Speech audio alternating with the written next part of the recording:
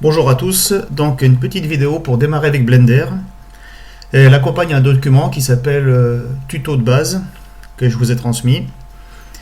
Bien sûr, il faut faire des pauses dans cette vidéo et regarder en même temps avec le document, parce qu'il y a quand même pas mal de choses, mais vous aurez toutes les étapes pour bien débuter avec Blender. Petite chose, vous voyez ici affiché ce que je fais avec ma souris. Wheel, c'est la roue, donc là je roule la molette. Quand je clique sur le bouton du milieu, il me l'écrit, ce qui vous permettra peut-être de suivre les opérations si j'oublie de les dire. Dans Blender, quand on commence, on a affaire à une scène la plus simple possible, c'est-à-dire un cube. Et pour tourner autour de ce cube, on clique sur le bouton du milieu de la souris. On peut aussi se déplacer ici, c'est la même chose, je clique là-dedans, là normalement, le clic droit. Gauche, pardon, le clic gauche, voilà, je peux tourner là-dedans, mais c'est plus simple de directement cliquer sur le bouton du milieu. On peut aussi zoomer, donc soit vous cliquez là-dedans et vous bougez votre souris. Quand je dis cliquer sans préciser, c'est le clic normal, le clic gauche. Soit pour zoomer, vous roulez la molette, c'est mieux d'ailleurs, ça évite d'aller se déplacer là. Enfin, pour se déplacer, on peut prendre la main comme ça, se déplacer. Voilà, mais le plus simple aussi, c'est de faire majuscule et de cliquer au milieu. Donc si vous ne faites pas majuscule, quand vous cliquez au milieu, ça tourne, si vous faites majuscule, ça se déplace. Il se peut une fois que vous avez fait tout ça, que vous ayez votre cube qui soit complètement décalé, c'est désagréable. Petite astuce, donc pour remettre l'objet qu'on étudie au milieu, eh bien on appuie sur la touche point du clavier numérique, le point, et il revient à 0 au milieu. Par exemple ici on voit deux autres objets un peu au loin là, qui est ma caméra et ma lampe. Et bien si je clique sur la caméra pour la sélectionner, j'appuie sur point, maintenant je peux travailler sur la caméra, c'est le centre de ma vue de travail. Là c'est la lampe, pareil, je peux me déplacer, je clique sur point à chaque fois. Et pour revenir à mon cube, je clique sur point. Voilà de quoi démarrer un petit peu le tuto. Donc la première étape à faire, oui il y a autre chose donc, que je n'ai pas précisé, c'est pour avoir les vues de face, de droite, de profil. Donc si je clique sur le X ici, voilà, j'ai mon axe X qui pointe vers nous, Y qui tourne, Z c'est la vue de dessus. Il y a des touches du clavier qui font ça, c'est les touches du clavier numérique, ça peut être un peu plus pratique. C'est les touches qui sont dans les coins. 1, 3, 7, 9. Regardez, 1, 3, 7. Pas le 9, je crois qu'il sert à rien. Là, si, il passe par-dessous. En tout cas, voilà. Le 7, c'est la vue de dessus. 1, 3. Mais vous pouvez très bien cliquer là-dessus si vous ne voulez pas apprendre les touches du clavier. Cela dit, c'est quand même assez pratique. Donc, on va donc maintenant préparer la petite scène qui sera notre première image un petit peu sympa à faire. Donc, première chose, on va placer le cube à la bonne hauteur, parce que vous voyez qu'ici mon cube il est au milieu du repère. Moi je veux qu'il soit comme posé par terre, donc il faut le monter. Pour ça il y a plusieurs façons. Soit on va ici dans les propriétés du cube, ici on a toutes ces transformations, position, rotation, échelle. Alors si je veux monter mon cube, je peux ici progressivement augmenter les valeurs. Vous voyez quand je clique ça monte et il me change la valeur. Moi le cube je vais le mettre à une case de haut, donc c'est 1 ici. Voilà, donc là mon cube il est bien en haut. Je fais CTRL Z pour annuler ce que je viens de faire. Je peux faire autrement, utiliser des manipulateurs qui sont là. Ça c'est le manipulateur de déplacement. On voit des flèches ici. Le manipulateur de rotation. Et là le manipulateur d'échelle. Je le montre rapidement le manipulateur d'échelle pour faire des planches, c'est pratique. Vous voyez, vous cliquez dessus comme ça. Et vous retrouvez les valeurs qui se modifient ici dans l'échelle. CTRL Z pour revenir en arrière. Donc là je vais faire un déplacement. Alors je n'ai pas parlé de celui-là, mais celui-là il mélange tous les manipulateurs si vous avez plusieurs choses à faire. Donc il faut faire attention où on clique. Alors vous voyez, on peut glisser comme ça, monter, mais c'est pas super précis. Donc pour être bien précis, il faut se mettre dans la vue de face par exemple, et là on voit qu'on n'est pas très précis. Et ça reste encore un ajustement, je ne vous conseille pas moi. Si vous savez exactement à quelle hauteur vous voulez être, autant taper directement un là-dedans. C'est aussi bien. Donc voilà, votre cube il est au niveau du sol. C'est la première étape. Voilà. Si vous avez ici le curseur numérique, le petit curseur 3D, donc il faut le sélectionner là. Et vous pouvez placer votre curseur 3D où vous voulez. C'est l'endroit où vont apparaître les nouvelles choses. Par exemple, si je fais apparaître un nouveau cube, eh bien, il va apparaître à l'endroit du curseur 3D. Alors, si on veut que des choses apparaissent au milieu, ça peut être assez pratique de placer ça plus précisément qu'à l'œil, surtout qu'en 3D, c'est pas facile. Donc, pour placer son curseur 3D correctement, là, je vais rattraper mon outil de sélection normal, eh bien il faut faire la touche majuscule S. Majuscule, c'est jamais le cadenas, c'est celle du dessous, c'est Shift en anglais. Voilà, et on a un petit menu qui apparaît, et on met curseur à l'origine du monde, et votre curseur, il est là au milieu, à l'origine du monde. Donc on va pouvoir ajouter un plan pour faire le sol. Donc c'est Add, Mesh, Plane. Voilà. Et maintenant, on va essayer d'agrandir ce plan. Hein. Par exemple, 10 fois. Donc on va faire... Alors soit on pourrait prendre l'outil ici, puis tirer sur les côtés pour agrandir le plan. Mais bon, il y a bien mieux que ça. On peut faire taper S simplement, et il m'attend. Hein. Je tape une fois sur S, il m'attend. Vous voyez que vous avez un petit curseur ici que je pourrais bouger avec la souris. Mais au lieu de bouger, bah, je tape 20. Comme ça, j'ai agrandi 20 fois le plan que j'avais, et donc j'obtiens le sol de ma petite scène. Bon, donc maintenant, on va le renommer sol. Alors ici, vous avez le nom des objets qu'on a. Donc on retrouve le cube, la lampe, si c'était déjà présent, la caméra, et on vient d'ajouter notre plan. Donc on peut double-cliquer là-dedans et appeler ça sol. Je vous conseille de bien renommer vos objets, ça évitera de se perdre. Donc là, ici, vous avez le menu qui reprend les positions de l'objet. Ici, vous avez mon plan, il faut que je sélectionne en cliquant dessus. Ici, vous avez tout ce qu'on peut modifier sur l'objet. Si par exemple, je prends la lampe qui est ici, quand je clique, vous voyez déjà, elle s'allume là. Et j'ai d'autres choses là. Là, je peux modifier les propriétés de la lampe. Donc, il faut bien regarder ce qu'il y a dans les menus. Mais ça, c'est toujours sa position. La position de ma lampe, son inclinaison, etc. Donc, ça peut paraître un petit peu riche au début, mais surtout, ce qui nous intéresse, c'est souvent ça et ça pour l'instant. Voilà, je reprends mon cube. Pour le mettre au milieu, je rappuie sur point. Voilà, je peux travailler sur mon cube. Maintenant, je vais ajouter ma Suzanne. C'est-à-dire, Suzanne, c'est la mascotte de Blender. C'est une tête de singe qui a été réalisée par les développeurs de Blender pour faire des essais. Donc, ce que je voudrais, c'est qu'elle soit pile sur le cube. Alors pour ça, il y a une astuce. On peut l'ajouter de façon à ce qu'elle apparaisse exactement où on veut. Alors, on va parler maintenant des différents modes qu'il y a dans Blender. Là, vous avez en haut l'Object Mode. Ça veut dire que je peux passer d'un objet à l'autre. Je suis à l'extérieur des objets. Vous avez un autre mode qui s'appelle le mode Edit. Là, j'accède à l'intérieur de l'objet. Je peux modifier les points, déplacer. Alors pour déplacer, c'est la touche G, comme grab. Et je bouge ma souris. Si je clique normalement, ça valide. Alors si j'ai fait une bêtise, je fais CTRL Z pour annuler. Mais si je fais G et que je ne suis pas content, je peux aussi cliquer droit. Ça revient où c'était. Donc clic gauche oui, clic droit non. Voilà, et on peut revenir. Donc là, l'intérêt de passer en Edit Mode, c'est que je vais pouvoir choisir que mon curseur 3D apparaisse au milieu de cette face pour que mon singe apparaisse à cet endroit-là. Alors ici, vous avez différents modes de sélection. Là, c'est par point, par arête et par face. Donc là, je suis en sélection par point, je peux effectivement sélectionner des points. Si je me mets en sélection par ligne, je peux sélectionner des lignes. Et moi, ce qui m'intéresse, c'est la sélection par face, donc je peux sélectionner carrément des faces. Voilà, donc ici, maintenant que j'ai sélectionné ma face, je refais majuscule S pour mettre mon curseur sur la sélection, qui s'appelle active pour lui, c'est ce qui est actif. Donc je mets mon curseur ici, vous voyez que mon curseur 3D est apparu là. Donc j'ai placé l'arrivée du prochain objet. Attention à ce niveau-là, n'oubliez pas de sortir du mode Edit et repasser en mode objet, parce que Suzanne sera un objet extérieur au cube. Petite chose, comme c'est pénible de refaire ici Object Mode, Edit Mode, il y a la touche Tab du clavier, c'est celle qui est à gauche du A. On peut passer directement, vous voyez, avec une touche en Edit Mode et en Object Mode. Donc je reviens bien en Object Mode et je vais ajouter ma Suzanne, Add Mesh, Monkey. Et je vois donc apparaître la tête de Suzanne qui est bien centrée sur la face que j'avais préparée. Alors maintenant, il faut que je déplace cette Suzanne un petit peu vers le haut pour la monter. Donc je prends l'outil de déplacement général, ça ira plus vite. Donc voilà, je monte un petit peu. À chaque fois, je recule, je me place. Si je veux bien travailler dessus, j'appuie sur point. Comme ça, vous voyez, je vise bien ma tête de Suzanne. On va ensuite lui ajouter un petit chapeau. Alors ça, c'est un cône. Pareil, bon, là, je peux continuer de faire arriver ici parce que je reste bien sur l'axe. Hein, c'est important que vous suivez bien les flèches, que ça reste sur l'axe. Donc, je vais ajouter un cône que je vais pouvoir glisser. Toujours avec le manipulateur, vous glissez bien sur la flèche. Ouais.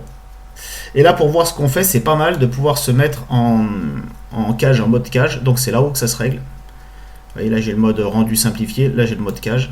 Et je vois à travers. L'intérêt, c'est que si vous appuyez sur Z ici, ou c'est la touche 7, vous cliquez à l'extérieur, vous voyez que tout est bien centré. Il n'y a pas de choses qui sont décalées. C'est important, ça. Pourquoi c'est bien centré? Parce que j'ai glissé sur le... avec les manipulateurs. Si vous vous êtes trompé, vous pouvez effacer un objet, soit en mettant bouton droite, delete, mais c'est la touche X. Hein. Vous imaginez, on fait une croix dessus, c'est assez rapide. Donc là, je remets le mode normal, ici. Et j'ai mon chapeau qui est prêt. Donc mon chapeau, j'ai pas terminé. Je vais lui placer une espèce de petite... un tore, hein, ça s'appelle, une sorte de donuts. Donc, je suis toujours assez content, mon curseur est au milieu. J'aurais pu le faire plus haut, mais bon, je vais laisser là. Allez, add mesh torus, que je mets ici, et je peux avoir une idée de à quoi va ressembler mon chapeau. Voilà. Donc l'alignement est parfait. On arrive à l'étape 5 du document, qui est le parentage. Alors, ce qu'est le parentage, c'est que nous, on voudrait bien que si, par exemple, ici, je fais tourner mon chapeau, ben, je voudrais bien qu'il considère que ce soit un chapeau, y compris avec la partie inférieure. Là, je fais CTRL Z pour revenir. Donc, on va dire que le tore va être un enfant du cône. Il va suivre ses mouvements, il va se déplacer avec lui. Comme la tête est un enfant de votre corps et la main est un enfant de votre bras. C'est pareil. Donc là, j'appuie sur point pour travailler. Alors, pour ça, on va faire une double sélection avec, comme dans les naufrages, les enfants d'abord. Donc, je clique d'abord, supposons que je suis à l'extérieur. Je clique d'abord sur l'enfant, donc ici, pardon, ce sera le tore. Et pour prendre l'autre en même temps, je maintiens la touche majuscule. Je rappelle, ce n'est pas le cadenas, c'est la flèche, Shift, là. Et là, j'ai sélectionné les deux. Vous voyez qu'il y a des deux qui sont en orange. Donc, dans l'ordre, d'abord le cône, après. Si on s'est trompé, on clique à l'extérieur. Lui d'abord, lui d'abord. Et après, pour parenter, on fait CTRL P. Il me demande un petit menu, je prends le premier, je fais le parentage à l'objet. Alors là, il s'est passé quelque chose. Si vous êtes votre cône ici, quand vous dépliez, vous retrouvez le tore à l'intérieur parce que c'est son enfant. Alors le cône, on le renomme, on peut l'appeler chapeau tout de suite. Alors quel est l'intérêt d'avoir fait ça? C'est que regardez, maintenant si je déplace le chapeau, si je tourne, le cône tourne avec. On a bien un objet entier. Lui par contre, il peut tourner indépendamment. Mais si je fais ça, et que je tourne, voilà, ils restent chacun indépendants. Je vais faire beaucoup de CTRL Z pour revenir à l'état où c'était parce que j'ai fait quelques bêtises. Voilà, CTRL Z plusieurs fois.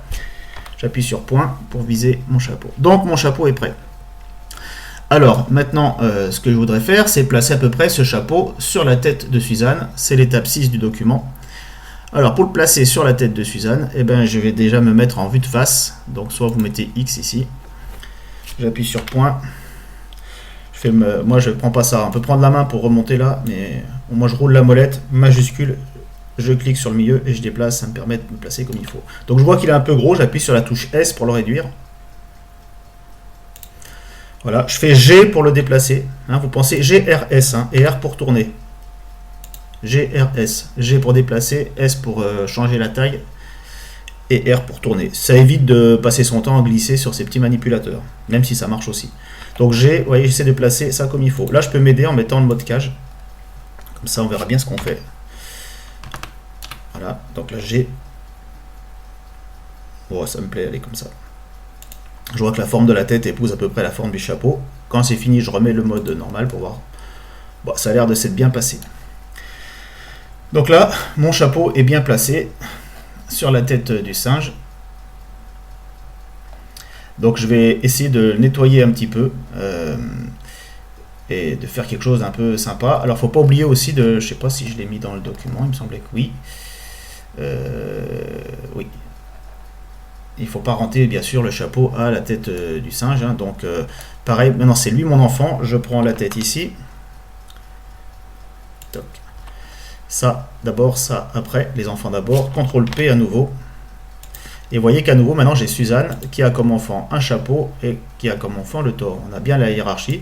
L'intérêt de faire ça, c'est quand je bouge Suzanne, son chapeau, il bouge avec elle.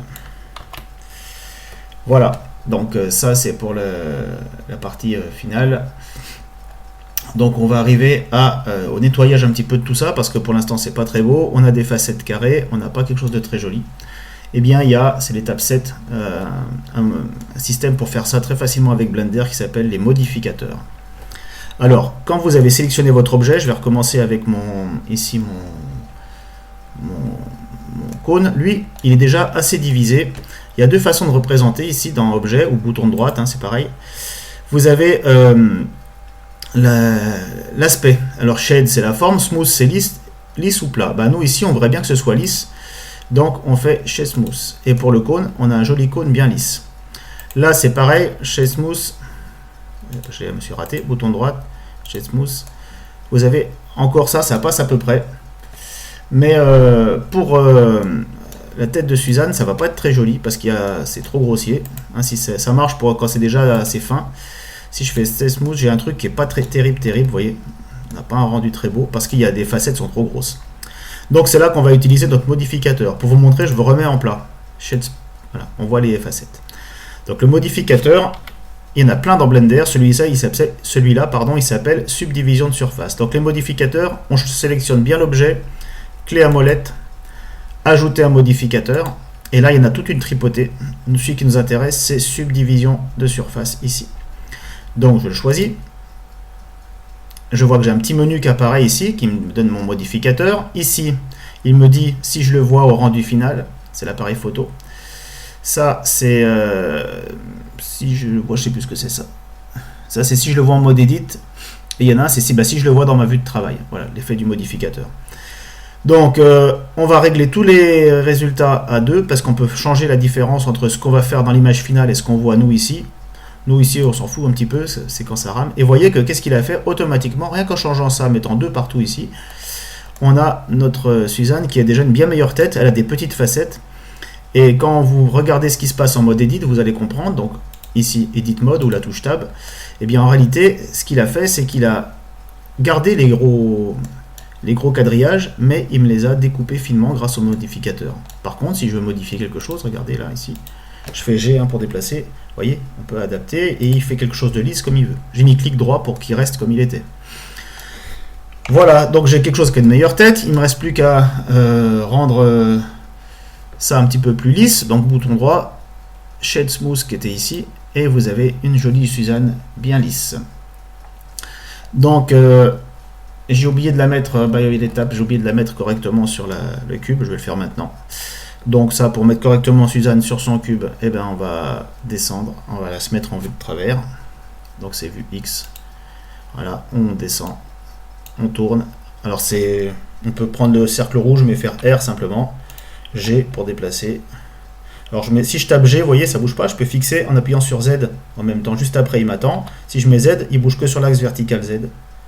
Voilà, ce qui est aussi bien que de tripoter les flèches sans arrêt là. Là, je voudrais bien qu'elle tourne suivant l'axe Z, comme ça, un petit peu.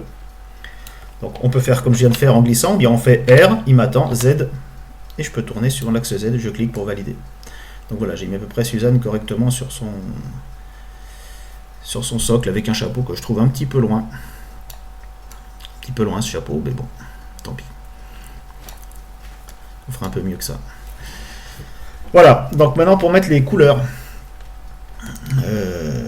de Suzanne, c'est l'étape numéro 8, mettre des couleurs.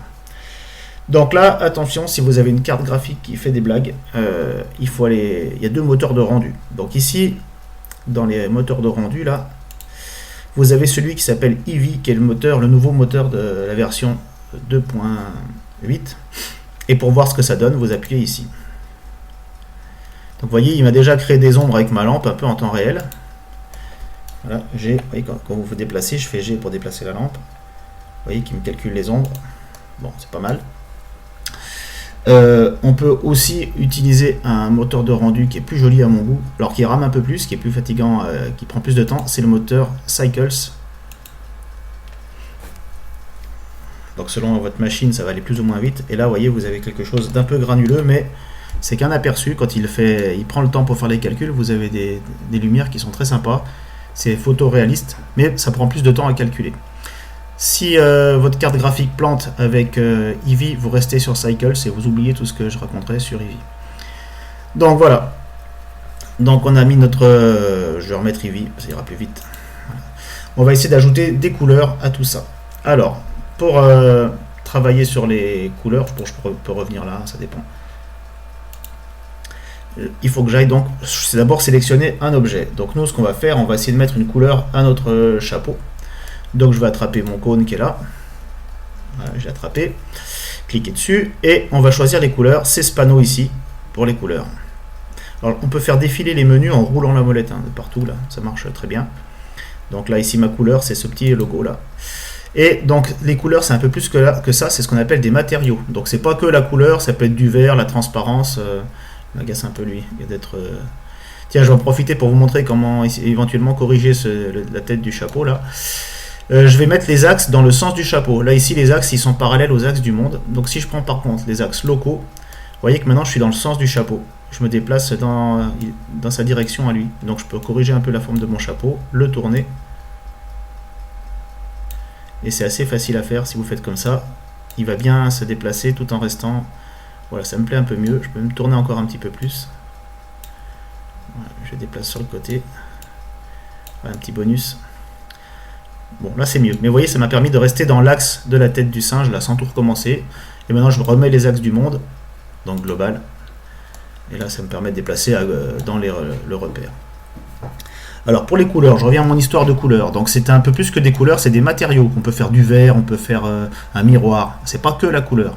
Donc, on va ajouter un nouveau matériau en mettant sur New ici. Voilà. Donc, par défaut, quand vous appuyez sur New, il vous crée un matériau qu'il appelle principal BSDF. Non, pardon, principal. Oh, je sais plus, bref, c'est pas celui qu'on veut utiliser, c'est pas le plus pratique. Donc, on choisit le matériau qui s'appelle diffuse ici, en cliquant sur le bouton. Je roule la molette si je ne le trouve pas.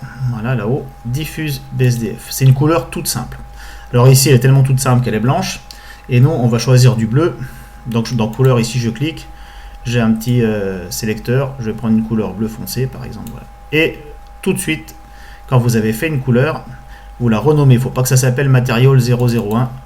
Bon, ici, ça va s'appeler bleu chapeau, par exemple. Ou bleu tout court. Allez, bleu chapeau, je vais marquer. Je sais pas ce que j'ai mis dans le tuto. Voilà, bleu chapeau. Tiré du 8 chapeau. Voilà. Donc, moi, pareil, de la même façon, je vais créer une couleur ici pour le tour. Donc, nouvelle couleur. Alors, si j'avais voulu, j'aurais pu réutiliser mon bleu chapeau. Hein, parce qu'une fois qu'on l'a fait, la couleur, il la garde en mémoire. Donc, si j'ai besoin à nouveau de ma couleur, j'ai pas besoin de tout recommencer. Là, je vais faire un bleu clair. Donc, je vais la rappeler tout de suite. Je vais l'appeler bleu clair. Chapeau. Je mets bien moi, je mets des underscores, tiré du 8, plutôt que des espaces. Voilà. Et on fait un bleu clair. Voilà. Donc, j'ai fait mes couleurs de chapeau assez facilement. Voilà. Donc maintenant, on va essayer de faire les couleurs de Suzanne, mais on va lui faire une tête un peu sympa, on va lui faire un peu du maquillage. Donc là, pour l'instant, j'ai une couleur par objet. Je vais voir comment je mets plusieurs couleurs sur un même objet. Alors pour ça, on va à nouveau prendre... on peut déjà faire une couleur principale qu'on va appeler la peau. Donc ici, vous avez compris, peau. J'espère que j'ai bien pris diffuse aussi pour le chapeau de l'autre côté. Diffuse. Voilà. Et la couleur de la peau du singe, on va mettre un truc comme ça. Qui se passe un peu... Bon, voilà. C'est pas mal. Voilà. Donc maintenant, j'en voudrais d'autres. Pour par exemple pouvoir faire les yeux, faire différentes parties, l'intérieur des oreilles. Donc pour faire ça, on va aller en mode Edit. Donc j'appuie sur la touche Tab. Si ça ne répond pas, c'est que votre curseur n'est pas au bon endroit. Si vous appuyez sur Tab ici, il ne comprend pas. Si vous allez ici, il comprend. Il faut que le curseur soit superposé à votre écran de travail. Donc là, je sélectionne bien Suzanne, je vais en mode Edit. Alors déjà, ici, j'ai un truc bizarre, c'est que c'est pas très pratique. Je prends mon modificateur et vous voyez, je sélectionne ici le mode Edit et je vais avoir un quadrillage qui va se plaquer contre... c'est un quadrillage rond du coup, qui reprend bien le quadrillage réel, hein, qui lui n'est pas rond, mais c'est plus facile de faire ça. Donc maintenant, je vais essayer de changer de couleur dans mes oreilles par exemple. Alors pour ça, je reviens dans les couleurs, et il faut imaginer qu'on a une garde-robe avec des vêtements, et qu'on peut ajouter la couleur qu'on veut dans cette garde-robe. On peut en prendre une qui a déjà été faite, par exemple si je veux reprendre le bleu du chapeau, je peux l'ajouter dans la garde-robe de Suzanne. Mais je peux en faire aussi une nouvelle, donc je fais... Ici en faisant plus, pardon, j'ai un petit bug, plus, voilà, donc nouvelle couleur. Donc ça je vais l'appeler par exemple oreille. Une couleur pour mes oreilles. Alors pareil, j'enlève ce truc là, on prend du diffuse, et mon oreille, je vais la prendre, je vais trouver un petit rose pour faire mon oreille. Le problème c'est que pour l'instant, il ne sait pas qu'il faut mettre les oreilles en rose. Pour ça, on fait une sélection par face, c'est là que ça va être pratique. Alors regardez bien, je prends la face, je sélectionne ici, mais si je tourne, c'est galère, je ne peux pas travailler sur mon oreille. Donc j'appuie sur la touche point du clavier, et quand vous appuyez sur point, il vise ce qui a été sélectionné, ce qui fait que maintenant je tourne autour de mon oreille. C'est très pratique. Hein, si je veux travailler sur l'œil, ici je clique au milieu de l'œil, j'appuie sur point, et il vise mon œil. Profitez-en largement de ça. Donc point ici, du clavier numérique. Alors maintenant je voudrais sélectionner la zone que je veux colorier en rose, parce que pour l'instant elle n'y est pas. Alors j'appuie sur la touche, alors il y a plusieurs façons de sélectionner. Si vous faites B comme boîte, vous pouvez glisser et ça fait des sélections rectangles. Je clique à l'extérieur pour désélectionner.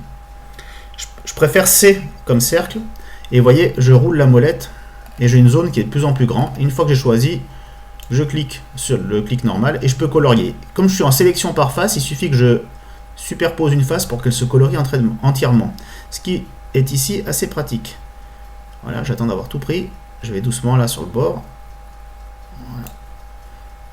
Clic droit pour sortir. Vous voyez, j'ai sélectionné toutes mes faces, mais elles n'ont pas encore la couleur des oreilles. Donc je prends le vêtement, hein, si je prends l'image de ma garde-robe, je prends oreille et je le donne à ce qui a été sélectionné en appuyant sur Assign. Voilà, donc là j'ai fait une oreille. Là je vais faire l'autre oreille. Donc j'appuie sur ici. Là. Alors si je veux pas avoir les effets d'ombre et tout, je peux choisir ce mode-là. Je roule la molette, ça. Ça me permet de travailler sans les effets d'ombre. Hein, ça peut être pratique pour faire ce qu'on a à faire. Là, on fera les couleurs après. J'appuie sur point.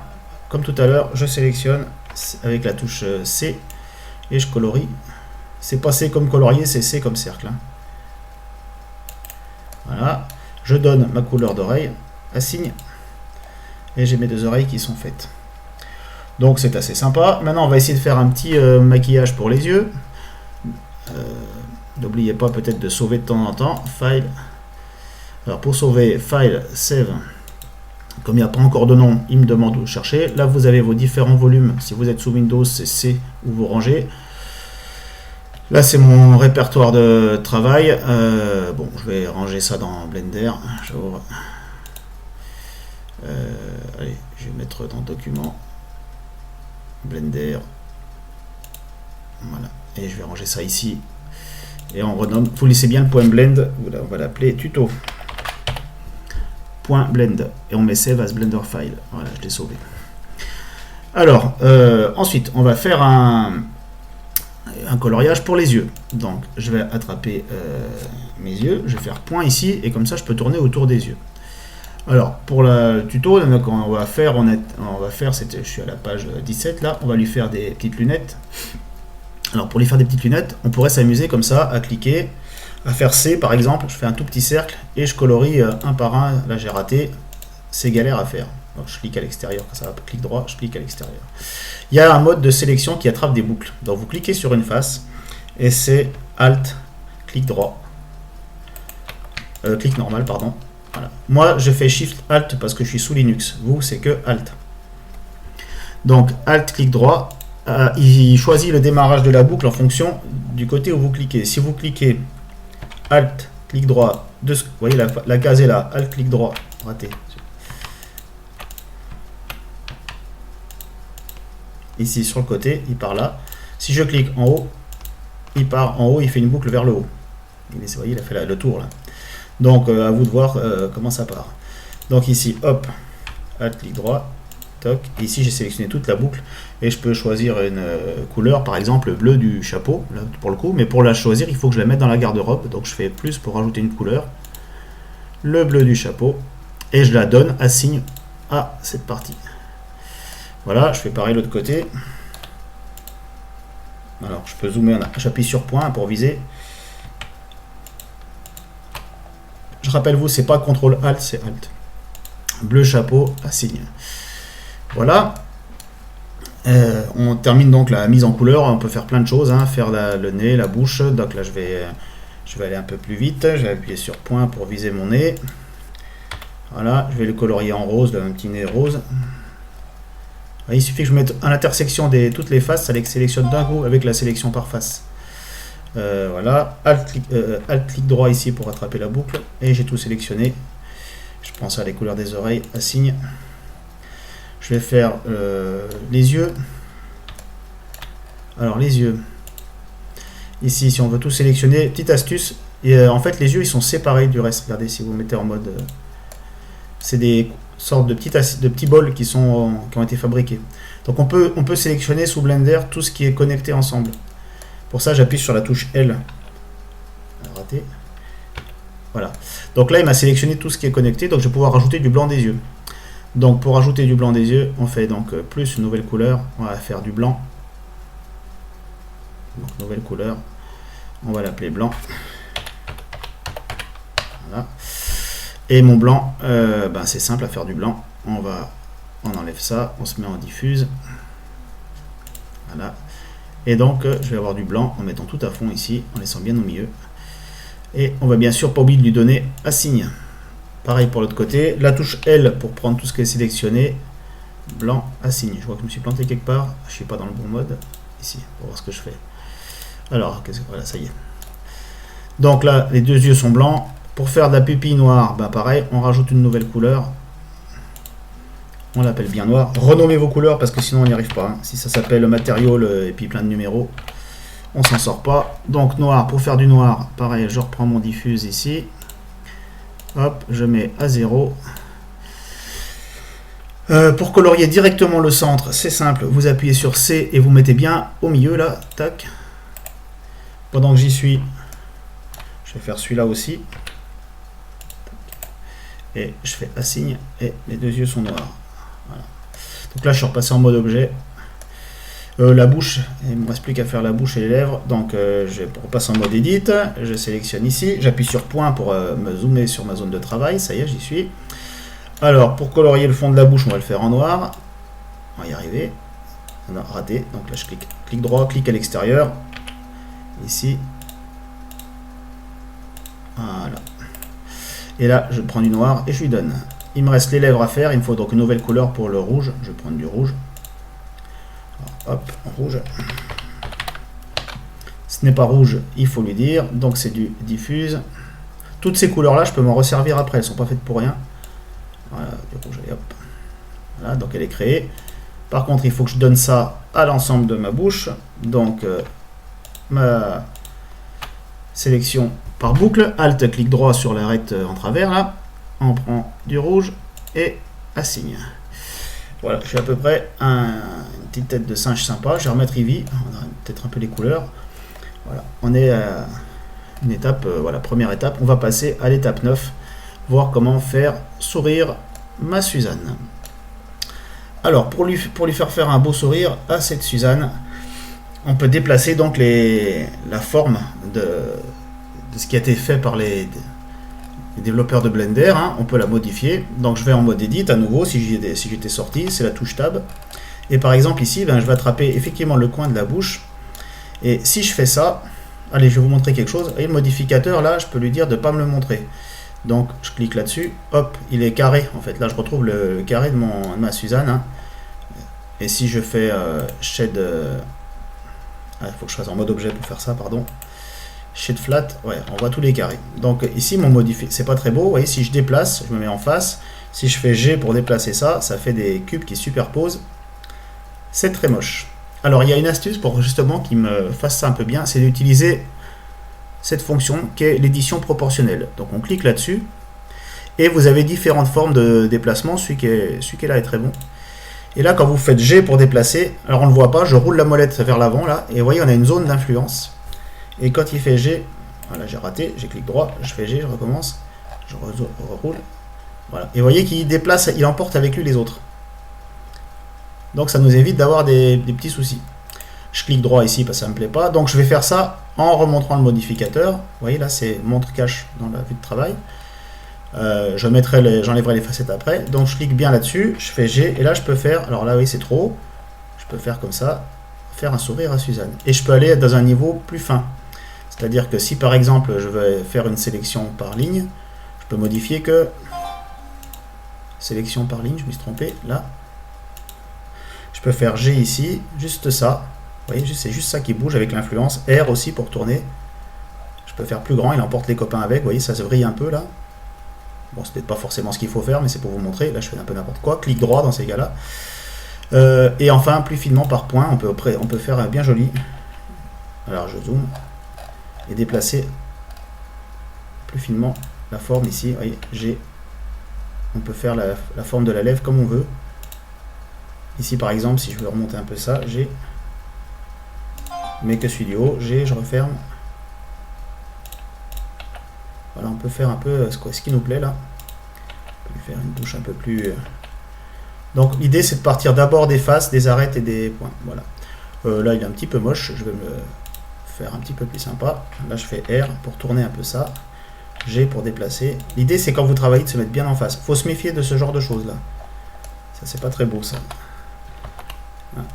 Faut pas que ce soit trop superposé. Donc je fais G, j'ouvre plus grand ma zone d'influence pour que ça suive. Voilà, et ça j'aurai pas de problème. Voilà, donc voilà un petit sourire à Suzanne. On peut faire d'autres bricoles. Je vous laisse vous amuser avec ça. Pas trop quand même parce que ça fait des dégâts. Je remets mon shade smooth pour avoir une jolie Suzanne. Voilà, donc on en va être à l'étape 10 maintenant, un joli sol avec une texture. Alors ça peut paraître compliqué si on essaye de faire tout en même temps, on va s'attacher à des choses simples. Donc on va rajouter un nouveau matériau pour notre sol. Ici, donc on l'a encore pas fait, la couleur de sol, ici, donc, nouveau matériau. On l'appelle tout de suite sol. Pour l'instant, on remet toujours notre diffuse BSTF là, et normalement on doit avoir une sorte de couleur blanche. Alors maintenant on va faire un peu mieux pour éditer le matériau, c'est d'aller justement utiliser des nœuds. Alors pour ça on va aller dans un outil qui est une fenêtre qui est faite exprès ici, qui s'appelle Shading.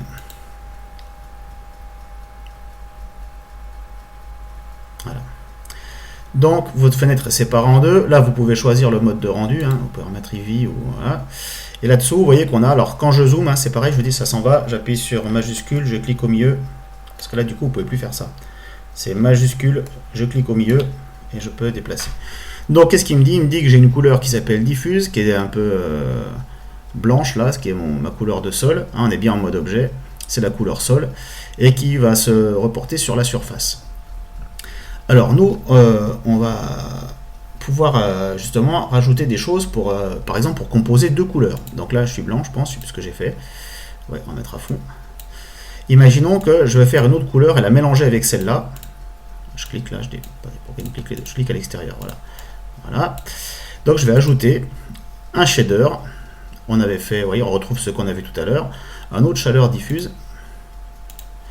Et pour les mélanger, alors je peux changer la forme de mes fenêtres hein, en cliquant comme ça. Et pour les mélanger, je vais ajouter un shader qui s'appelle Mix Shader. On glisse au milieu. Et vous voyez qu'ici, mon shader, il a deux entrées. Il y en a une pour celui-là et je fais une pour l'autre. Alors pour l'instant, ça ne mélange rien pour la bonne raison que c'est la même couleur. Donc je vais prendre par exemple une couleur bleu foncé là. Pour que vous voyez bien. Voilà. Donc là, j'ai une espèce de gris dans mon rendu qui est un mélange entre les deux shaders, entre l'espèce de blanc et l'espèce de bleu. Si je mets tout à gauche, j'ai le blanc. Si je mets tout à droite, j'ai le bleu. Donc c'est moi qui me balade et qui navigue entre les deux valeurs. 0,5 c'est moitié-moitié. C'est comme si vous mélangez de la peinture dans différentes proportions. Alors ça peut nous aider à mélanger deux effets de matériaux. Mais ici, nous, on va utiliser une texture pour mélanger. C'est pas nous qui allons mélanger en déplaçant ce facteur-là. C'est la texture qui va le faire automatiquement. Alors, pour faire ça, donc, on va utiliser la texture Voronoi. Donc c'est Add, Texture, et Voronoi Texture. Voilà, je me fais un peu de place. Alors là, il me l'a mis automatiquement. C'est pas du tout là où je voulais. Donc je l'enlève. Je vais mettre ça ici, ça doit marcher. Voilà. Et donc là, il ne sait pas où la mettre. Et bien, on a vu que cette texture Voronoi, elle allait piloter. Non, elle m'embête. Cette texture Voronoi, elle va piloter le facteur. Donc ici, vous avez marqué facteur. Et bien, vous déplacez le facteur. Je ne sais pas si on voit bien, je vais zoomer un peu. Le facteur, vous le déplacez vers facteur. Et donc maintenant, il faut attendre un petit peu qu'il se mette à jour. Voilà. Et vous voyez que la texture, c'est elle qui a fait le mélange. Elle a fait parfois que du bleu foncé, parfois que du gris. Et elle nous donne ce rendu de couleur un peu bizarre. Là. Voilà, donc on peut régler plein de choses là-dessus. L'échelle, par exemple. Donc plus vous mettez élevé, plus ça resserre la texture. Vous pouvez mettre du bleu foncé. Alors si vous voulez inverser l'effet, vous pouvez aussi mettre le bleu foncé ici. Alors, attendez, pour l'instant il se passe rien. Et le blanc là, c'est pas le même effet. Cette fois-ci, vous avez quelque chose de foncé encadré par des cellules blanches. Voilà. Donc là, j'augmente un petit peu pour que ça soit plus fin. Voilà, c'est plus joli. On peut mettre du bleu clair et du bleu, faire un petit effet de bleu, voilà, sympa. Voilà, ça me plaît. Bon, ferez vos essais. Donc voilà comment on peut utiliser. Vous voyez, c'est un peu, au départ, ça a l'air compliqué, mais pas tellement. En fait, vous avez deux couleurs qui se mélangent. Soit c'est nous qui réglons, soit c'est la texture qui mélange. Il compose tout ça avec le mix shader pour faire notre sortie, qui est le sol. Alors, on va passer donc à l'étape 11, qui est de faire un cube métallique maintenant. Alors, pour ça, je me remets en mode ici, normal, layout. Voilà, je peux peut-être faire un coup de sauvegarde, ça coûte pas plus cher. C'est pas la peine de remettre le chemin quand il est sauvé. Et donc, on va changer ce cube métallique. Donc déjà, on va le faire un petit peu arrondi, pour que ce soit plus joli. Alors, petite astuce, si vous voulez travailler sur le cube tout seul, j'en ai pas trop parlé dans le tuto, je vais le dire là. Si vous appuyez sur la touche division du pavé numérique, c'est celle qui est tout en haut, hein, la touche slash là, ben vous isolez votre cube de tout le reste. Alors on va se remettre en mode ici, ce sera plus facile, plus clair. Oui, vous avez un cube tout seul. Je rappuie sur slash, il est avec ses copains. Je prends la tête de Suzanne, j'appuie sur slash, je peux travailler sur elle toute seule. J'appuie sur slash, je remets avec les copains. Ça c'est très très pratique. Vous inquiétez pas si là c'est un peu moche, hein. Le rendu avec Eevee c'est celui-là. Vous pouvez rester dessus si vous voulez. Mais parfois c'est bien d'avoir quelque chose de simple.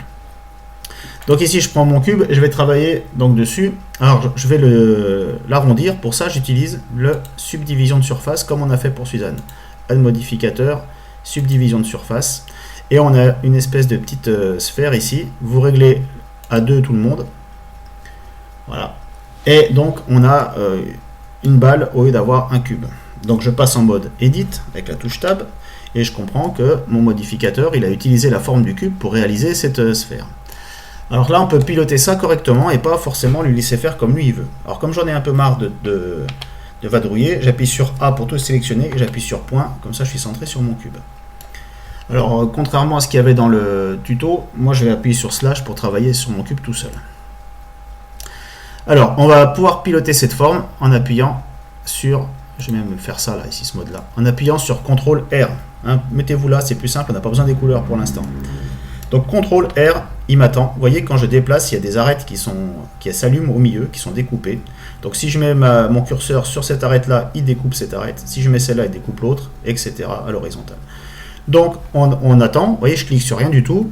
J'ai juste fait CTRL R. Je clique une fois. Et là, il a choisi l'arête. Donc je peux la déplacer. Vous voyez, je clique sur rien d'autre. Hein. Et je me mets en fait tout près du bord. Je vais essayer de respecter à peu près la même distance. Je clique encore une autre fois et ça y est. Et vous voyez qu'il m'a déformé avec cette arête. On dirait une balle de fusil. Il m'a déformé mon cube.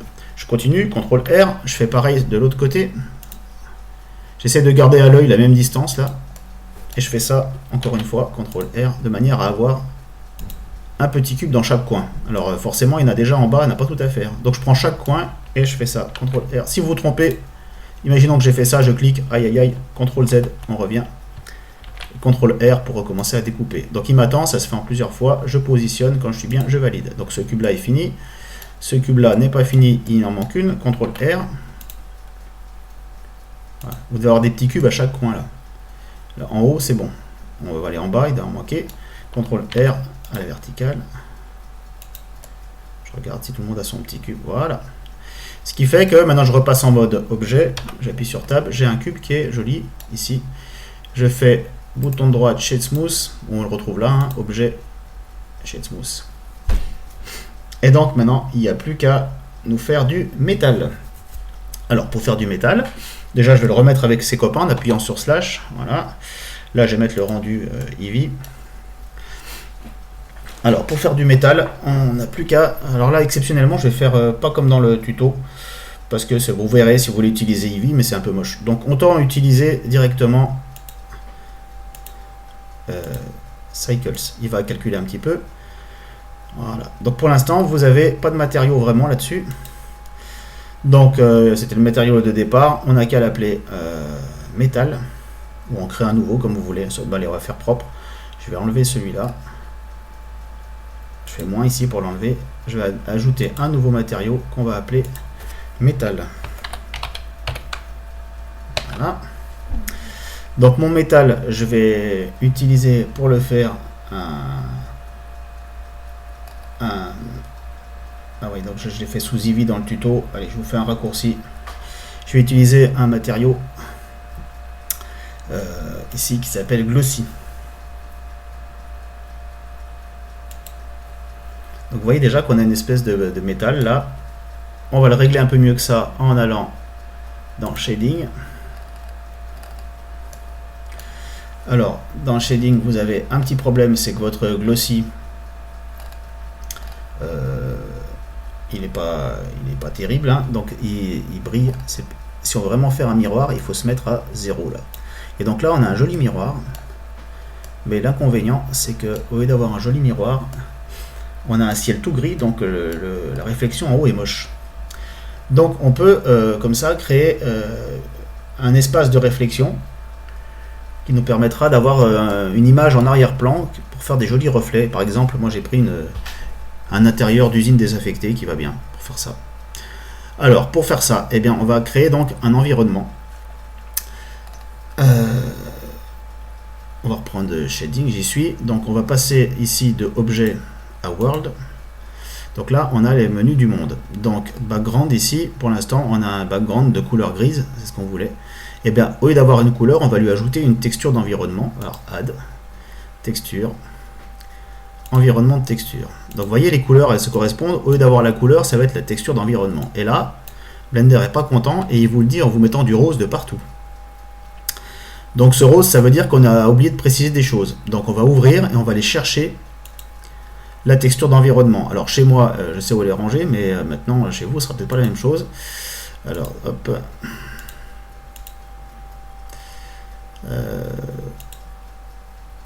Hop. Ici, c'est une image comme ça que j'ai téléchargée sur internet. Ça s'appelle des images d'environnement. On va la chercher. Donc il va un petit peu calculer, ça lui prend du temps. Et vous voyez que maintenant, autour en fait de j'ai un environnement, ce qui fait que mon reflet est bien plus joli. On va laisser calculer là. Vous voyez que mon reflet est bien plus joli. On a vraiment l'impression que c'est un morceau de métal. Parce qu'il y a quelque chose qui se reflète dedans. En plus du singe lui-même, on n'a pas un fond gris. Donc voilà pour l'étape du cube en métal. Il ne nous reste plus qu'à écrire en 3D. On a bientôt fini notre tuto. Alors, pour là, je reviens en mode layout. Il me rame un peu parce qu'il essaye de calculer avec Cycles, mais je vais lui épargner cette souffrance. Vous voyez, là, on voit bien le rendu. Donc, il met plusieurs temps, il met quelques passes pour faire ça. Hein. Donc, ne le fatiguons pas pour rien. Mettons-nous avec ce mode plus simplifié. Les couleurs sont moins jolies, mais au moins, ça rame pas à faire le rendu. Ah, il a quand même essayé de me faire... Le mieux, c'est ça. Hein. Voilà. C'est tout gris, mais au moins, ça va vite. Donc, on va remettre notre curseur au centre et on va ajouter le texte. Donc, majuscule S, curseur to world origin, voilà. Et on va ajouter un texte, add mesh. Pas du tout mesh c'est plus un mesh, c'est un texte, pardon. Alors, remarquez qu'ici, le menu a changé, vous avez le menu de ce qui va avec le texte. Donc, vous avez ici un texte qui apparaît, que je peux déplacer sur le côté, je peux le monter un tout petit peu, je peux le tourner un petit peu sur le côté aussi.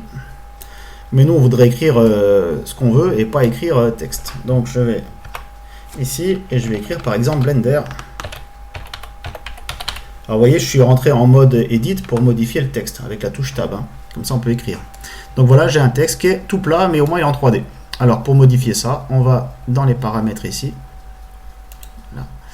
Et il y a plein de choses qu'on peut modifier dans ce texte. Alors, il y en a plein que voilà, vous chercherez, mais celle qui nous intéresse, c'est la partie géométrie. Et là, vous avez marqué Extrude.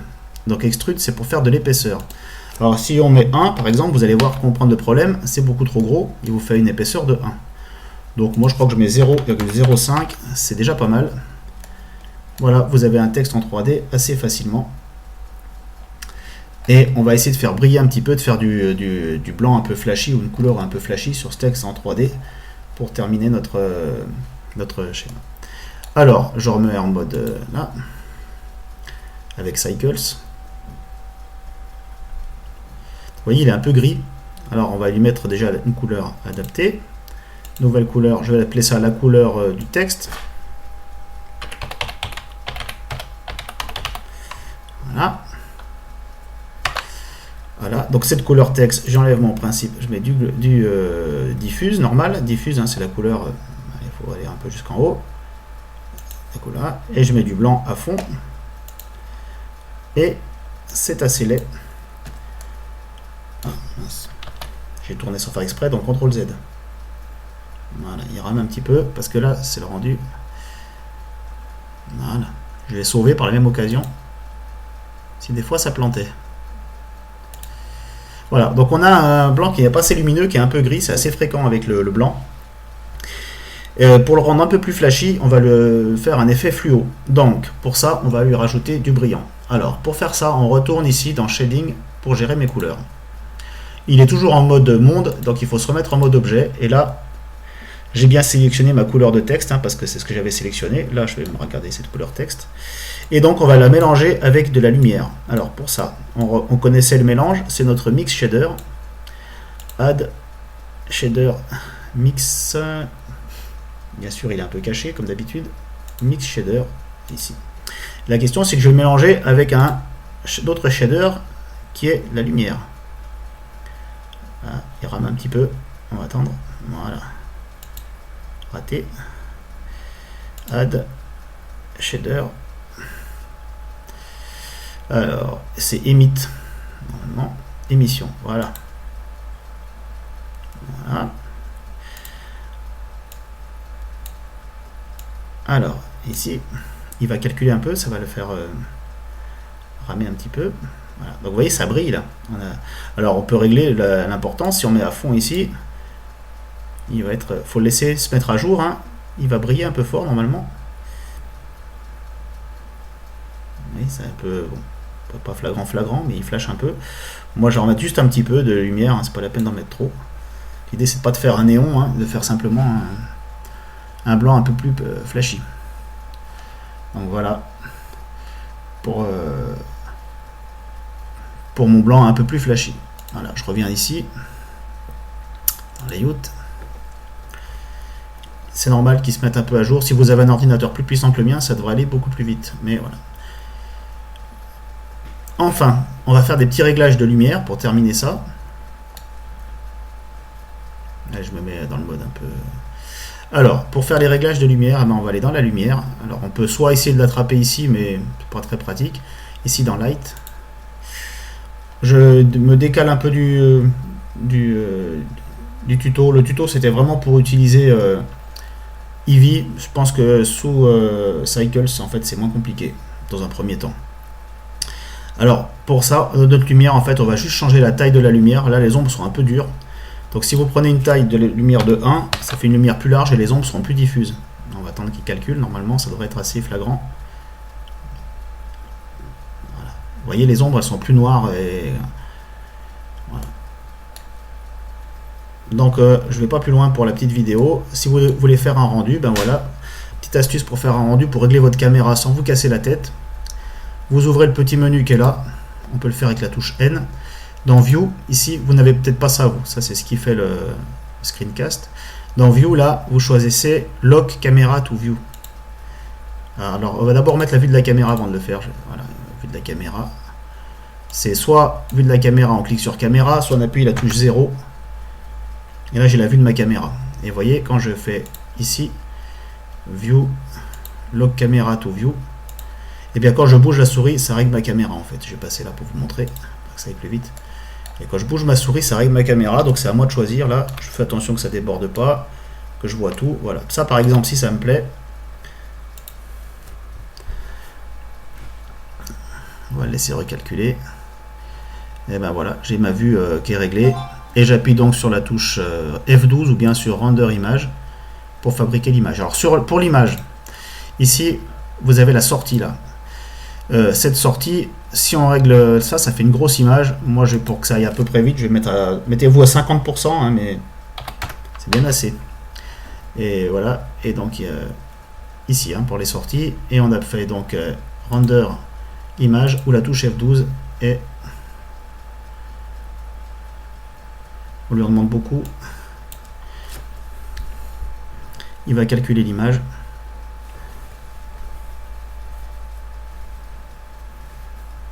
Voilà, ça peut prendre un certain temps selon votre machine.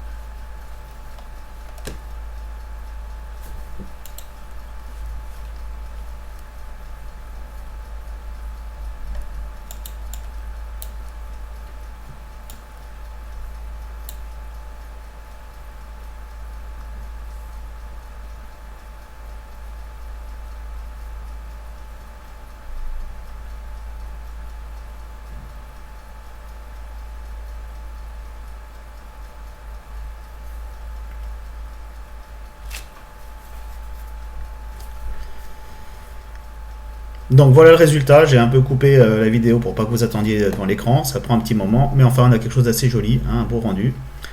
Bon, on peut faire mieux, mais là c'est un premier jet. Vous faites image, save as, et vous enregistrez votre image. Vous voyez, il faut lui donner un nom, elle s'appelle fini.png. Bon, là je le fais pas.